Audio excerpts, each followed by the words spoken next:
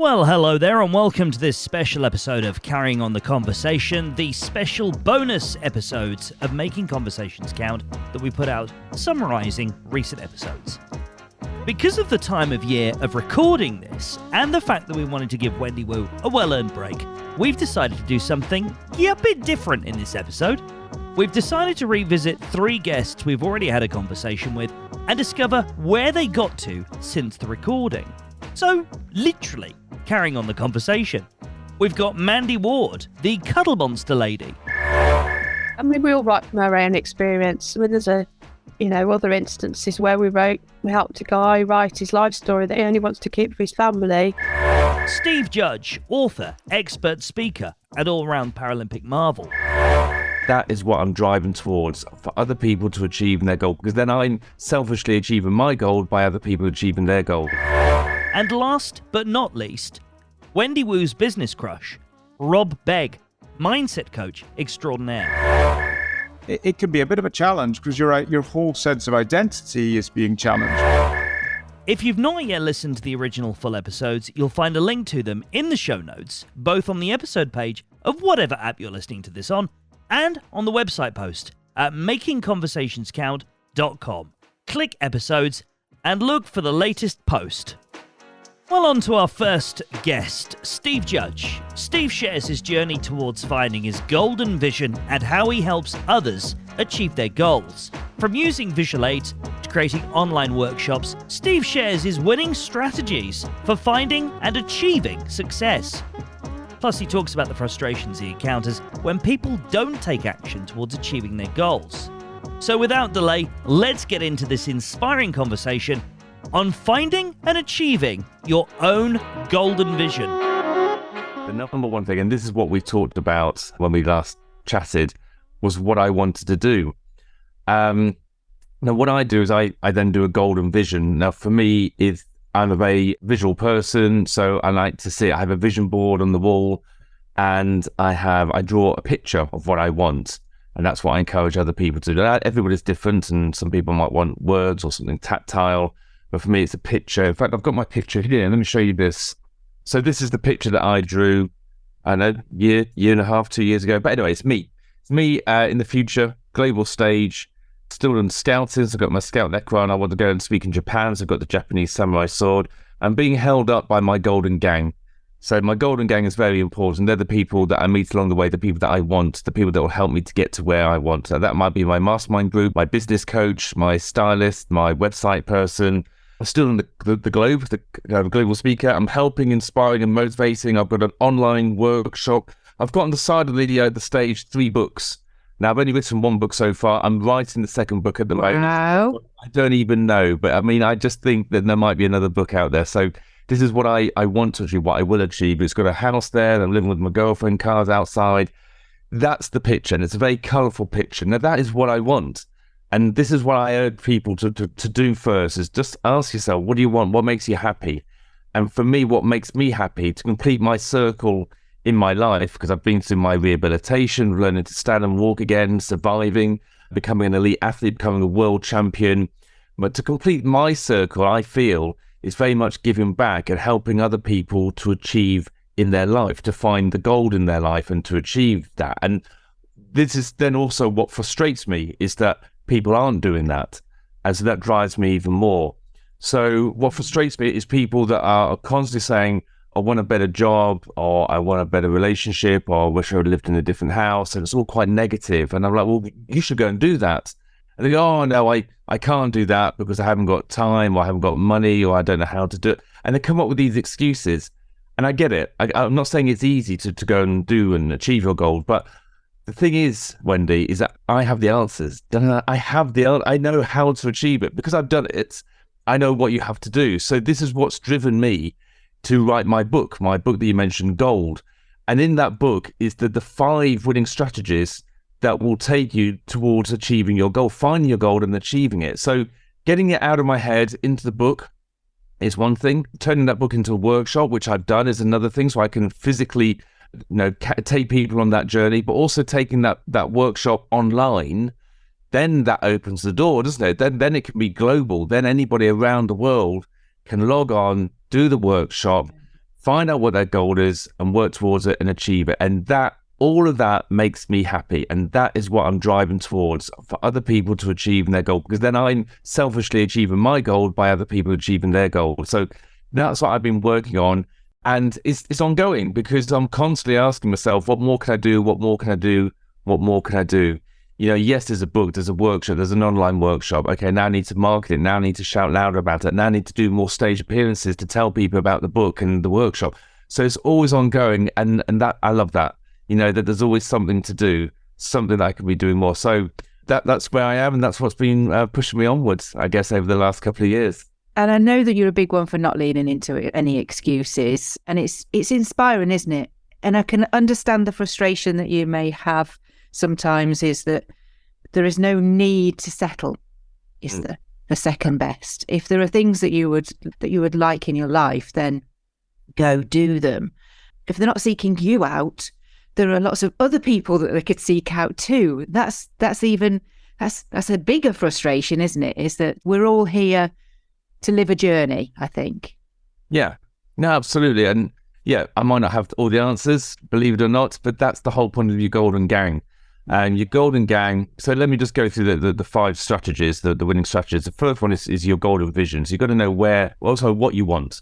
What would you want? What makes you happy? What do you want to achieve in your life? And it might be something like you want to be fitter, healthier. You might want more money. What's the money for? You want to go on more holidays. Where do you want to go on holiday? What cars do you want to buy? What people do you want to help? What do you want to do? What are all those things that make you buzz? And that can be personal or professional. The second one is why. Your golden soul. But why do you want to do all of these things? What makes you tick? And you need to know your why, because when the going gets tough, as it will do, whether there's a pandemic or something else, when the going gets tough, you got to keep going. So knowing that is very important. The next one is your golden gear. What gear do you need to take you on that journey? And that's when I ask myself, what more can I do? What more can I do? What more can I do? And I got that from being an elite athlete. If I wanted to be a champion of the world and beat the rest of the world, I had to constantly ask myself, what more can I do? Whether that's nutrition, equipment, speed, endurance, health, mindset. I realized that some of my friends, my colleagues, they weren't getting to the start line to compete and work towards their goals, to get into the podium, because they were injured. And my heart broke for them. I was so gutted for them that they couldn't even compete in this race.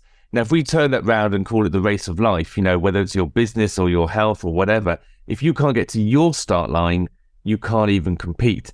So you've got to think about your wellness. You've got to get to the start line. And yes, sometimes that can be seen as quite boring. As an elite athlete, you know, I had to take a rest day. I had to do the warming up and the warming down. I had to do the stretching, the nutrition, the mindset, the yoga, the tai chi. Instead of the swimming, the cycling, the running, I just had to think about my body. I had to do that injury prevention. And injury prevention can be quite a boring thing, but it's so necessary. I realized that wellness is very much about taking action so that you can take action. It's so important. So yeah, getting the balance is ultimately very important. And what more can you do for your wellness?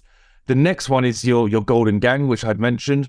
So who do you need in your world to go and achieve? And think about what you need for commencement, just going on the journey. Some to say, yeah, you should do that, go for it. Okay, that's very important. Then you need some people that will help you achieve, actually take you there. You know, some professionals, some people that have got all the logic and everything. They will help you achieve. But the exciting ones are the people in your golden gang that will give you fulfillment. Now, these will take you up to the next level, next level that you haven't even got to yet. For me, you know, my business is going well, but I wouldn't mind, you know, to go up a level. So what do I need to get to there? You know, what people do I need? And knowing them and reaching out, it might be an SEO expert or marketing guru, or it might be a chauffeur to take me to my events, or even a helicopter pilot. I don't know. But let the mind boggle, let the mind, you know, just go crazy about what would take you up to that next level. Draw a picture, find out who those people are, even connect with them and say, look, I can't afford you yet, but in the future, I will be calling you, and we're going to work together and we'll go to the next place. The last one is your golden hour. Your golden hours is the one where you put a line in the sand, you benchmark where you are now and when do you want to achieve this thing. And don't put any pressure on yourself. This could be in 5 years' time, 10 years' time, I don't know. But then once you've got that, bring it back. Okay, so what do I need to do in 4 years' time, 3 years? What do I need to do at the end of this year so that my 5-year plan can actually be achievable? what do I need to do this month, this week, today? What do I need to do to that one thing, 5 minutes? What do I need to do today that will eventually in 5 years' time take me to that gold? And I keep saying gold, I haven't said it's an acronym for me. Your goal, your opportunity, your love, your dream. What is that thing that you really want? That thing that makes you buzz, that makes you happy? Using those 5 strategies, they will get you there. My book has the exercises in them. The workshop, you obviously do them, and the same as the masterclass. And that's it. And I'm not saying that's it. It's simple. It's a lot of hard work with all of that. But knowing where you're going on your journey is just so important. Otherwise, you're just going the wrong places. Now on to Mandy Ward. Mandy shares her journey of starting her own business and the exciting projects and stories she's encountered along the way, from working with best-selling authors to helping others realise their goals. Mandy talks about the challenges and rewards of being an entrepreneur, and some fantastic anecdotes from her past and the importance of taking time to look back and reflect. And it all starts with the sweetest bit of nostalgic catching up between two friends. I was trying to remember how long ago it was, because time flies so fast, but it was during lockdown, wasn't it, when we first chat? Yeah. So I think back now, I was only reflecting on this yesterday, because I started following a book called The Artist's Way, which gets you to write down everything that's in your head first thing in the morning, and it really helps to clear your mind. So I've been reflecting, and so it was a couple of years ago where we started out, and I'd changed my profile on LinkedIn. This is before Oxy came along. I think Oxy was in the background at that point, still stuck in my head. So I started working with an artist that I used to work with when I worked in gaming. I was absolutely delighted when they came up with the characters, because Oxy's not the only one. But coming up with a follow-up has kind of been on the back burner, because having changed my profile on LinkedIn, got our first customer, and that was Mark Evans. He's written a book called Conversations with Impact, and it's a model for helping you help yourself with mental health. It's a brilliant book with some brilliant, really impactful illustrations. His book got launched and it went to #1 on Amazon. It's still doing really well on NLP, which is really gratifying. And since then, we've worked with quite a number of people and some lovely backstories to those books that we've helped to work on. You know, it's very proud actually. We're not millionaires, Rodney.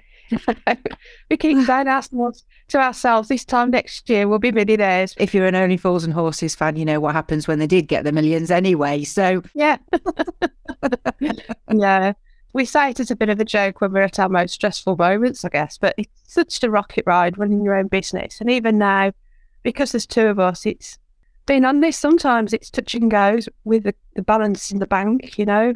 Although I post positively every day on LinkedIn, that's what I also started to do, and that started to pay dividends now. And that takes time. That's took me a couple of years. It's nice to be asked the question, actually, because you're so busy focusing on what's next. Remember, you used to go out when you were younger and get really, really slaughtered, and the next day you'd still be laughing weeks after it, all the little anecdotes and all the shenanigans that you got up to, because you will forget. Oh, do you remember when you did this? Remember when you did that? So it's really great to look back and smile at what you've achieved, really, or have a laugh about. Sometimes, like full-on meltdowns. It's different when you work for yourself. You've got no one to kick you up the backside, have you, really? I know, the mirror doesn't talk back, does it? That's the thing. I mean, there's been some lovely stories, and actually we've some prospects lined up, some books that can really make a difference, you know. And there's been a lady I spoke to last week, lovely lady. I posted about her, I think yesterday, 68. She wants to help people because she's one of life's helpers. She's got to a point now where she's lost a couple of friends. You know, one friend, she, died quite quickly. Another one's got really poorly as soon as she retired. And she said, I don't want to do that now. This is my time now. So I've written the book. It was cathartic. I don't want to take it any further. And I was like, well, that's really lovely. But if she hadn't spoke to me, we had that conversation. She said, please do invoice me for your time, because this has really helped me understand that I don't want to do the book, which is lovely as well. And who knows, that could be what we call a lasting legacy, because her family, once she has gone, may decide to actually do something with it. I think part of the challenge there with that book was a lot of the catharsis was around relationships and family members who had, for want of a better expression, had taken a hostage to some degree. Naming and, I wouldn't say shaming, but you've got to be very careful when you write a book what you say about people, even if it is in your family, because they can take exception to that and then take you to court if they want to. Yeah, it's that artistic license and libel, isn't it? It's a fine line, because you could be just sort of steering it to make impact and for the reader, and the person thinking that it's about them. I mean, we all write from our own experience. I mean, there's other instances where we helped a guy write his life story that he only wants to keep for his family. And another gentleman found out after his father had died that he'd been a prisoner of war in Singapore, and he found a little diary. Talk about this on our little podcast that we've been doing. Found a little diary of his dad's time in Changi jail, and we helped him write that book. When we put it in his hands, he was crying. This guy in his, I'd say, late 60s, early 70s. It was lovely. The biggest thing for me with what I do is helping people leave a legacy, because what's left of us when we're no longer here, that sounds I suppose it could sound morbid to some people, but actually, when you've lost your parents and your grandparents and there's nobody else around you, when you think back to all those lovely memories, yes, you've got them up here. But what about the things that you don't know about? So, where did your parents meet? What was their first love song? What was their first dance? And ask these questions. I've been running a creative writing group, and a lot of the time it's about connecting people rather than actually writing. We sit and have a chat and talk about lives, and quite a few of them have said, well, I've got nothing interesting to say. And I said, well, hang on a minute. I said, let's talk about your first kiss. And of course, the room goes really quiet. I thought, I don't know where this is going to go. And then we had one lady talking about snuggling a brother's friend behind the bike sheds. Another lady started, it was springtime in Paris. And we were like, wow, your first kiss, springtime in Paris. How romantic is that? So having started talking to people about, the first kiss or the first job, I asked this one chap, what was your first job? What did you get paid? He said £3, 6 shillings and sixpence.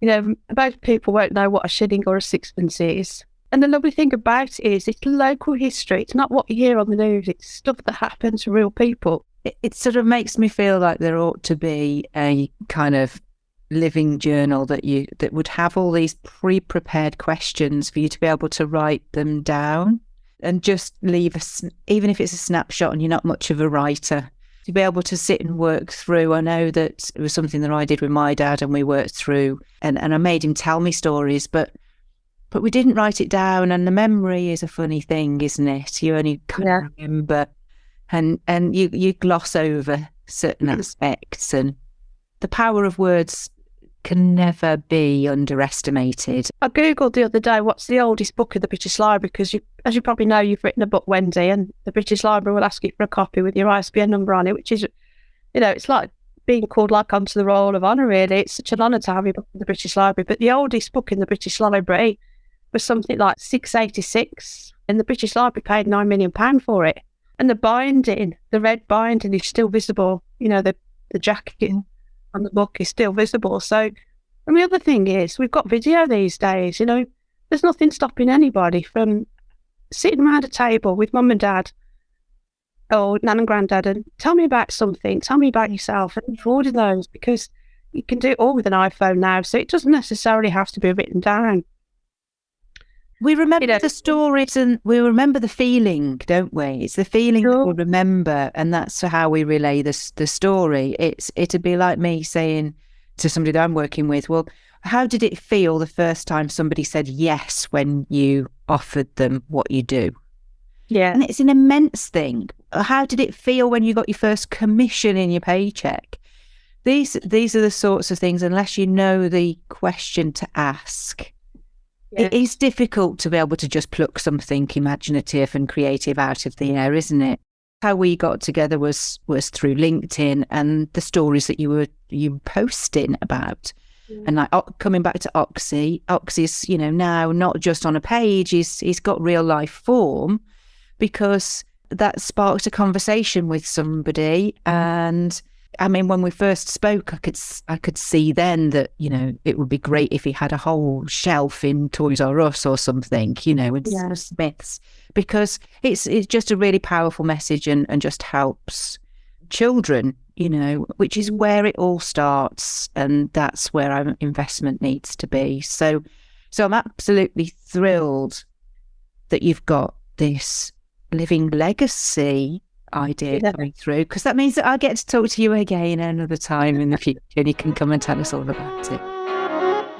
Now, this part of the episode will be of particular interest to Wendy Wu fans and followers, and Wendy Wu herself, as it features someone Wendy's actually, officially continued the conversation with after the episode was released. Rob Begg delves into the concept of mindset and how it affects our lives and our ability to create significant change. And Wendy's actually worked with Rob on her own mindset since the original recording of the episode. So I got all involved at this point and decided to learn more about what Rob has been doing with Wendy.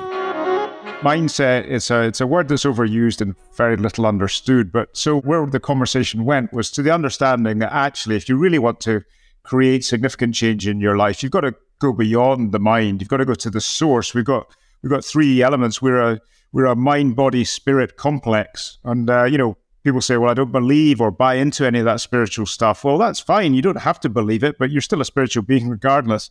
We took the conversation up from mental to spiritual, which that's the origin of our results.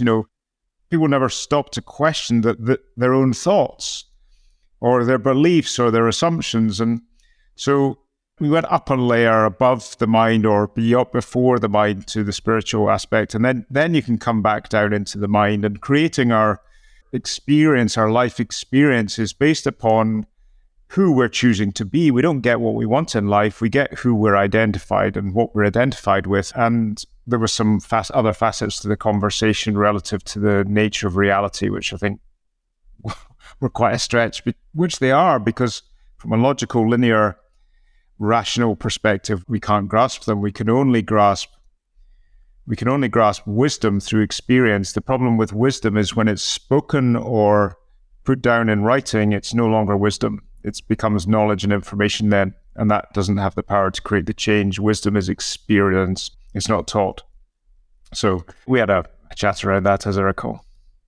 And how, smoothly did she sort of transition into your working frameworks? So I think for majority of people, which is, I guess, to some degree, why there's a place in the world for people like me who coach and support and all the rest of it. For the majority of people, it's a stretch, and it can be a bit of a bumpy ride, because if we've identified, as we're conditioned and brought up to do, if we've identified as being just a mind and a body all our lives, which is limiting relative to who we really are, where most people are operating from some core assumptions that they've integrated in very early life, and then those core assumptions go unquestioned, but they're driving all their other thoughts and beliefs and feelings about how the world is and how the world works.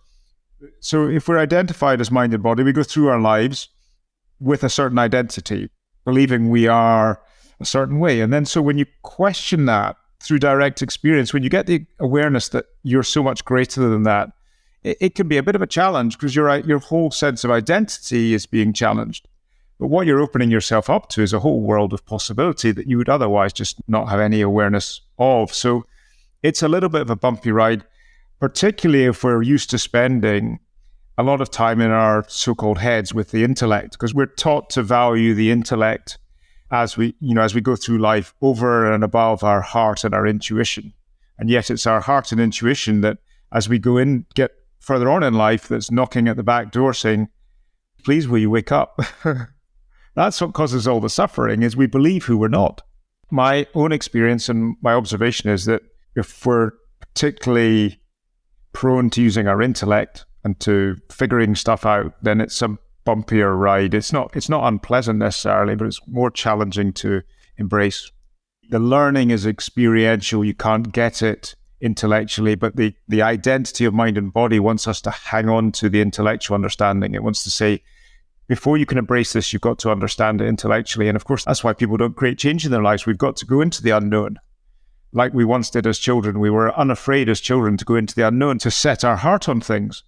We don't set our heart on things as adults. We set our mind to things based on what we believe and assume and all the rest of it. And it's not how we're designed. So, long-winded answer to a short question. No, I love it. And it reminds me actually of the actual episode. And anybody that hasn't listened to it yet, go back. You can find it at makingconversationscount.com. Rob's episode is in there. I highly recommend it. It's a great listen. Hearing you explain all that, it's taken me back to the episode and how fascinating it was. If somebody's hearing this for the first time, they're hearing this sort of this mindset stuff, and they're loving what you're saying and they're intrigued to find out a little bit more about it. How does that look? What does that look like to work with you, Rob? So I work in it's a kind of hybrid form of coaching, a combination of coaching, consulting, teaching, and there's a balance of satisfying the intellect, because the intellect it wants enough knowledge and information to enable us to venture out on a limb, as it were. So there's a balance of providing an education which satisfies the intellect, and then the awareness, the wisdom can only come through direct experience. So I seek to, 50% of the mix is giving people a direct experience of who they really are and opening up to the fact that they are, in essence, a spiritual free being. The reason everybody is seeking happiness and freedom, we scratch the surface on why it is people are going after the goals. Well, ultimately it's because they want to feel happier, or they believe in the having of it or the getting of it, they're going to feel happier or better or freer. The reason for that is that's because that's our true nature. But when we're just identified as mind and body, that's our ego, that's not who we are. And that if we're only identified with that, then we find that there's never enough of more to find that everlasting peace and happiness. It might be momentary when we get the new relationship or the new car or the new house or that deal over the line. We collapse that sense of separation and we feel a momentary satisfaction of peace, but it's not lasting. The ego is the promise of the ego, the mind and body, is fulfillment in the future. When I finish work, when it's the weekend, when I go on holiday, when I've paid off the mortgage, when I've had something to eat, it's always promising fulfillment in the next moment. And yet, the irony is nobody has ever experienced time. We've only ever experienced now. So if somebody wanted to lean into that, I'm working on some material at the moment to allow people to have a flavor of that in advance of engaging with me. This is the time of year where people, move towards the end of a year and reflect, and then start of next year, set fresh intentions and so on. But most people are experiencing a version of Groundhog Day. They set their new intentions. They believe that this year is going to be different. And then it gets to Christmas, and what ego does is it allocates responsibility for why this year isn't that much different. It goes, well, if it hadn't been for the pandemic or the recession or the politicians or whatever. And it's none of that. So my only encouragement would be, don't question your vision. Don't question what your heart desires, because your heart knows the truth. Question the sense of limitation. Question the thoughts and beliefs that in some way, shape or form feel contracting. Whenever we engage with thoughts that we believe in that are limiting or restricting, they're not the truth. They're the story of the ego. And the ego's primary motivation is to minimize change. Because for the ego, minimal change equals safety and security. So be courageous, follow your heart. If you enjoyed this episode, and I've got no idea why you wouldn't, please do take the 60 seconds or so that it requires for you to let us know via the app you're currently listening on. If you know somebody who'd find this episode interesting, please do share it with them and ask them to click the follow or subscribe button, whichever their favourite podcast app allows them to do. We will, of course, have a new episode for you soon. Until then, enjoy carrying on those conversations.